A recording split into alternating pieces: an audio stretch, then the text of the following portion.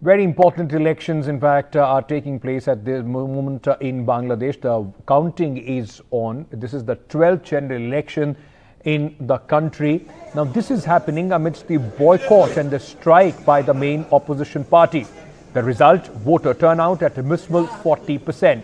Largely, it was a peaceful day of polling with few sporadic incidents of violence. Sheikh Hasina of the Awami League party has been the Prime Minister of Bangladesh since 2008 and is poised to win a fourth straight term as the main opposition party. The Bangladesh Nationalist Party has boycotted these general elections. Let me go across to my colleague Saurabh Gupta, who is joining us at this moment live from the Election Commission of Bangladesh's headquarters. Saurabh, how far and how long are we as far as the counting process is concerned? By when is it going to be the official declaration of not so surprisingly result? Well, by tomorrow evening, tomorrow morning, I beg your pardon, we should have the final results. But for counting, too heavy security, especially outside the Election Commission headquarters in Bangladesh. Also, a giant screen, declaring results as the results are being counted, but the security is there. And then, of course, this is the Election Commission headquarters in Bangladesh. It's in Agargaon in Dhaka. And you can see people watching the results very closely. Some party supporters, a lot of media, a lot of security here as well. But what we know so far is that the Awami League seems to have taken pretty strong leads in early rounds of counting. And Sheikh Hasina, like we've been reporting, is all set to return as Prime Minister of Bangladesh. Now, this, of course, is something that is an election. While at some point there were questions raised about the validity, the Bangladesh government, the Bangladesh Election Commission has hit back very strongly, saying that, look, we've had a 40% turnout with a boycott call, with violence, before elections, and 40% is a pretty good turnout if you compare it to some democracies of Europe. And in those places, the elections have been accepted without any questions. So why apply, some other standards to developing nations when it comes to these questions? And this is echoing of what the Indian government has also been saying, where, the standards that are applied to our countries is something that is perhaps designed by the Western world, they say, to sort of, show developing nations in poor light. And the standards need to be different, given the fact that if you're comparing a 20-year-old or a 50-year-old democracy with a 200-year-old democracy, there will be differences. There will be differences in the levels of maturity. Now, apart from that, they say that, look, we have had incidents. Yes, the opposition has sat out of the election. But if you look at what happened on the 6th of January in the United States, should we say the democracy of the United States is any less? That's what Awami League leaders have been saying. But Saurabh, it's all this comparison about democracy, but the basic tenets and the fact of democracy is that there has to be, it can't become a single party rule, otherwise it goes the China way.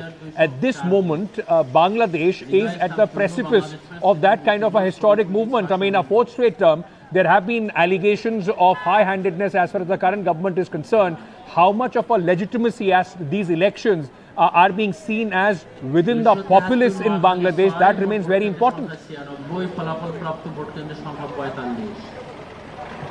Well, at this point, we've been traveling around Dhaka. We haven't really been able to travel outside. But as far as the electoral process itself is concerned, that's the second question we put to the Awami League on this particular issue. And as far as the process is concerned, they say that it's largely been a fair, transparent process. Yes, there have been some allegations here and there.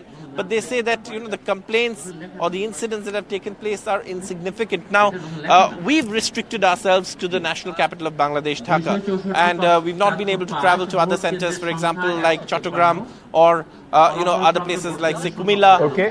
But what it seems from the results and the counting in early leads is that Sheikh Hasina seems all set to return to power with early leads. The Awami League taking very early leads in early rounds of counting. We will have the final results by tomorrow morning, and by this evening, later in the evening or later tonight, we should have a final idea of what the election result is going to look like in Bangladesh after Bangladesh has voted in the 17th general election, I beg your pardon, the 12th general election in the country.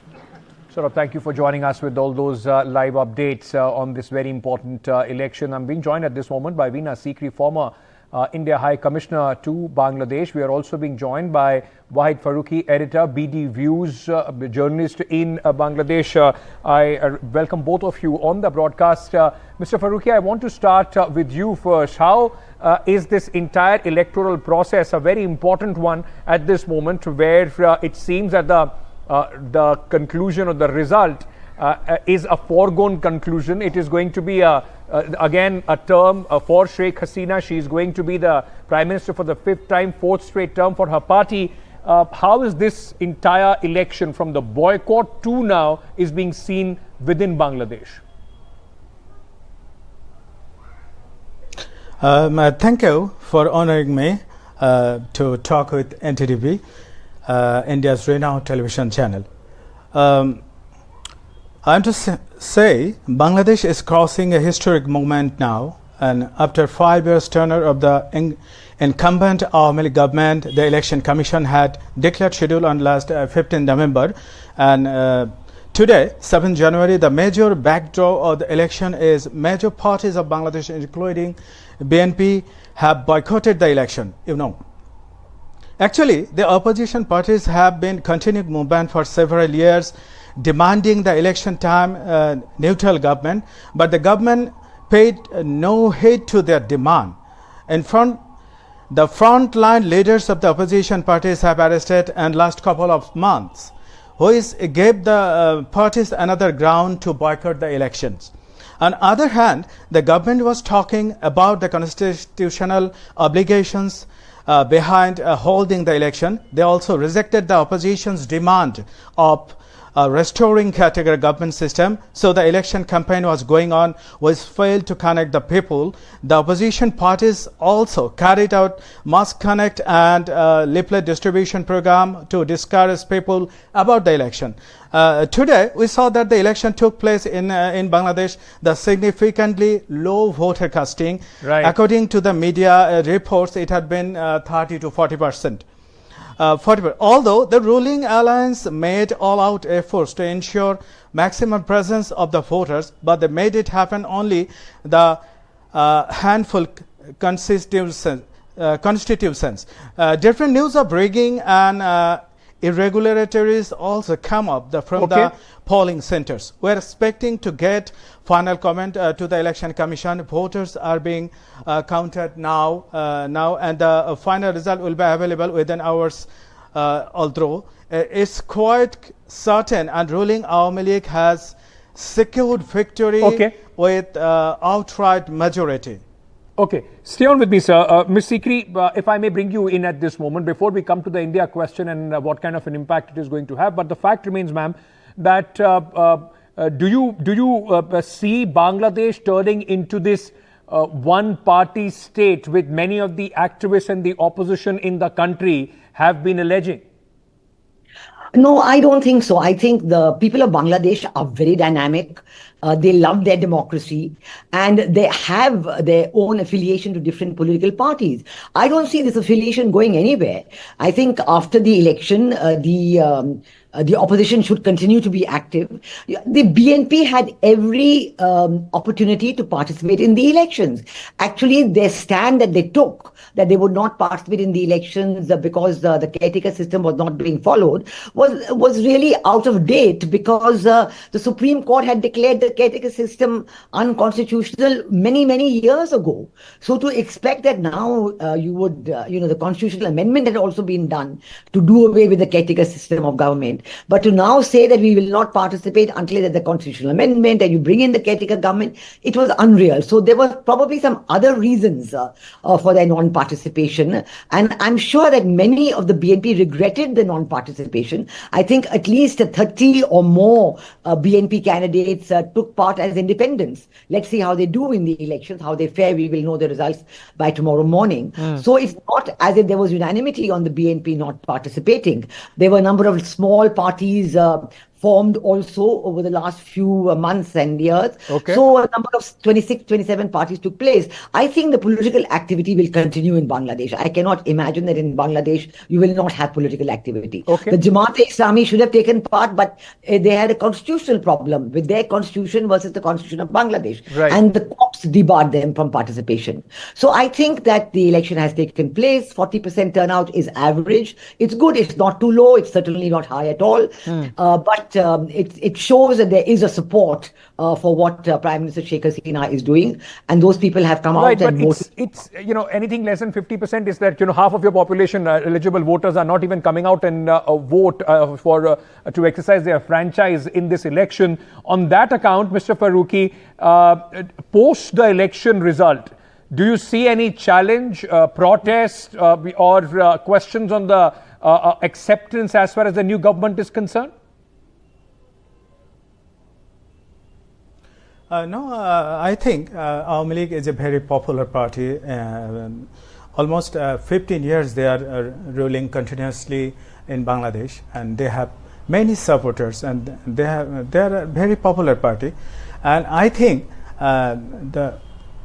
most of them, 50% of the people of opposition, they are not conducting they are not coming in that elections, and that is I think this is a big problem for our democratic process, and this is not the end, and this is start. I mean, this is begin from the problem, and I think the democratic process is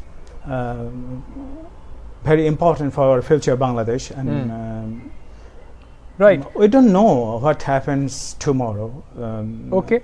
In Ms. future, Sikri, Ms. Sheikh Hasina and the current government under Prime Minister Narendra Modi have enjoyed a very cordial, warm relationship. How do you see the impact of this election as far as India-Bangladesh relations are concerned? I think certainly if Prime Minister Sheikh Hasina returns to power, we'll have a continuation of the very close relationship between India and Bangladesh, a further development and prosperity and progress in this relationship on all fronts. But I'd like to add one point to what you said about the low voter participation. The BNP, in the interest of creating mayhem and arson, and ever since the October 28th rally, there was so much violence. And in the last 2 days, they actually called for a voter boycott, and they said that don't come and vote. We're going to have a hartal, and people were anticipating a lot of violence on the streets. So that would have prevented a lot of people from turning out. As it happened, it was fairly peaceful. Some polling centers, 18 or 19 out of 4,000 did suffer some arson, but on the whole, the elections have been peaceful. I do not think that after the elections that you would perhaps have people coming out on the street in protest, because a 40% turnout is a sizable turnout. And I don't think people will want to have clashes on the streets after this. So what I do anticipate, and I hope that will happen, that if Prime Minister Sheikh Hasina does win the election, that she will get back immediately into the business of governance, of governing Bangladesh.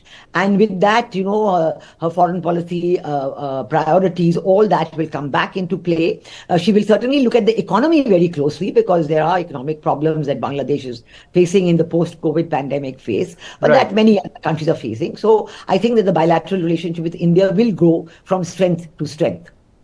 And that's the biggest hope as far as India is concerned. Immediate neighbors, Bangladesh and India, share a very cordial relationship. At this moment, Ms. Sikri and Mr. Faruqi, thank you so much for joining us and giving us your views on this important discussion. The results, ladies and gentlemen, will be out, as Saurabh was telling us, by tomorrow, perhaps the early morning.